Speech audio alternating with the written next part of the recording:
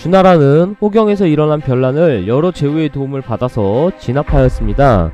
새로 즉위한 주평왕은 낙양으로 천도하였고 주황실이 독자적인 힘이 많이 떨어진과 동시에 주황실의 권위는 예전보다 많이 추락하게 되었습니다. 정나라는 견융의 침공 때 견융을 호경에서 몰아냄으로써 공을 세워서 삽시간에 강력한 제후국이 됩니다. 정나라의 2대 군주 정무공은 주변의 나라들을 병탄하고 주황실과의 관계도 좋아서 큰 문제가 되진 않았지만 3대 군주 정장공에 이르러서 문제가 생기고 맙니다. 정무공에게는 두 아들이 있었는데 첫째가 오생, 둘째가 단입니다. 정무공의 부인 무광은 오생을 꿈속에서 해산했는데 그 기억이 불쾌했는지 첫째인 오생을 싫어하고 대신 둘째인 단을 더 아끼게 됩니다. 그런 이유로 무광은 둘째를 다음 군위에 올리고자 하였습니다. 그러나 정무공은 장유의 질서를 이유로 무광의 말을 듣지 않고 첫째인 오생을 군위에 올리니 그가 바로 정장공입니다. 정장공은 무광에게 효심을 다했습니다. 그러나 무광은 오히려 둘째인 단의 세력을 키우기 위해서 정장공에게 제읍이라는 곳을 떼어달라 청합니다. 제읍은 정나라의 군사적 요충지로 절대 공족에게 맡겨서는 안되는 땅이었습니다. 정장공은 무광의 청을 거절하고 대신 제읍 이외의 영토는 내주겠다며 말했습니다. 무광은 이번에는 경성 땅을 내달라고 다시 청합니다. 이 경성이라는 곳은 정나라 수도보다 훨씬 번창한 경제의 중심지였습니다. 정장공이 다시 고개를 젓자 무광은 모자의 연을 끊자고 협박까지 하며 돌아섭니다. 이에 정장공은 잠시 생각을 하고 경성 땅을 내주기로 합니다. 어느 날 정장공은 망료들을 불러서 내 동생 단에게 경성 땅을 주기로 하였노라 라고 말합니다. 그러나 대부 제족이 하늘의 해가 두릴 수 없고 백성에게 군주가 두릴 수가 없습니다. 신정과 같은 곳을 주게 되면 나라가 두린 꼴이 되는 셈입니다. 이렇게 말하자 정장공은 다시 말합니다. 모친의 특별한 당부를 어찌 자식된 입장으로 거절할 수 있겠소. 그대의 마음은 알겠으나 다만 동생이 그 땅을 제대로 다스려주기만을 바랄 뿐이요 라고 하자 제족은 무언가 깨달은 바가 있어 우선 물러납니다. 그리하여 동생인 단은 경성 땅을 봉지로 받아서 떠나게 되었습니다.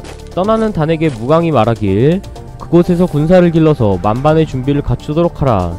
네가 군위에 올라야 한다라고 말합니다. 그러나 경성 땅으로 간 단은 주변 고을을 습격하고 세금도 바치지 않는 등 기고만장하여 안하무인이었습니다. 정장공의 이복동생인 공자여가 와서 간하길 단을 죽여야 합니다 라고 말하자 정장공은 단은 너에게도 동생이다 라고 말합니다. 공자여는 한층 더 흥분하여 나라의 군주가 둘인 것과 다름없으며 모호의 사랑만 믿고 군위를 찬탈하여 나라를 뒤엎으려는 수작입니다. 어서 목을 베십시오. 이에 정장공은 단 또한 모후에 사랑하는 아들이고 나 또한 사랑하는 동생이다. 어찌 형제의 정과 의리를 버린단 말인가. 공자여는 나오다가 제족을 만나게 됩니다. 이에 제족을 보고 주공께서는 정에 얽매여서 나라의 큰일을 그르치려 하는데 왜 한마디 말도 안하는 것이오. 똑똑한 제족은 웃으면서 주공은 깊은 지혜를 가지고 있으니 걱정할 것 없소이다. 주공께서는 이미 계책을 마련해 두신 것이오. 공자여는 아리송한 가운데 제종이 한마디 거둡니다. 몰래 주공을 만나 다시 말씀하십시오. 듣는 귀가 많아서 그런 것 뿐입니다. 공자여는 정장공과 다시 만나 조용히 이야기를 합니다. 아무리 생각해도 다는 반역을 생각하고 있으며 하루빨리 처단해야 한다 말합니다. 국모와 형제의 연도 끊을 의지로 결행해야 한다고 말합니다. 이에 정장공은 그대야말로 이 나라의 충신이다.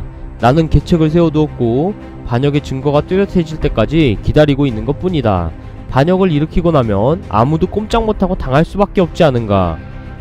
이에 공자여는 정장공에 대한 감탄보다는 제족의 머릿속은 정말 헤아릴 수 없구나 하고 감탄을 연발하며 나오게 됩니다. 그러던 어느 날 정장공이 낙양에 입조한다는 소식이 파다하게 퍼집니다. 입조란 일정 기간마다 제후들이 나라의 일을 논의하기 위해서 주황실을 방문하는 것을 말합니다. 그러나 사실 이것은 계략이었습니다. 동생이 반란을 일으키기만을 기다리던 정장공은 일부러 낙양으로 입조한다는 소문을 퍼뜨렸던 것이었습니다.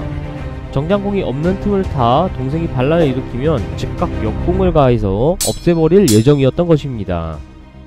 단은 위나라로 사신을 보내 구원 병력까지 요청하는 등 만반의 준비를 갖추고 행동에 나섭니다. 이에 단의 병력이 경성을 떠나자 공자연은 빈성에 들이닥쳐 반란의 소식을 알리고 경성을 공취합니다. 20년 동안 기다린 이 반란이 이틀 만에 시작부터 삐걱거렸고 이미 단이 가는 곳곳마다 정장공과 공자여의 군대가 있었습니다. 결국 반란이 실패하는 것을 깨달은 단은 자결을 하고 맙니다. 정장공은 반란의 뒤처리를 위해서 모친을 옥에 가두고 국력을 재정비하게 됩니다.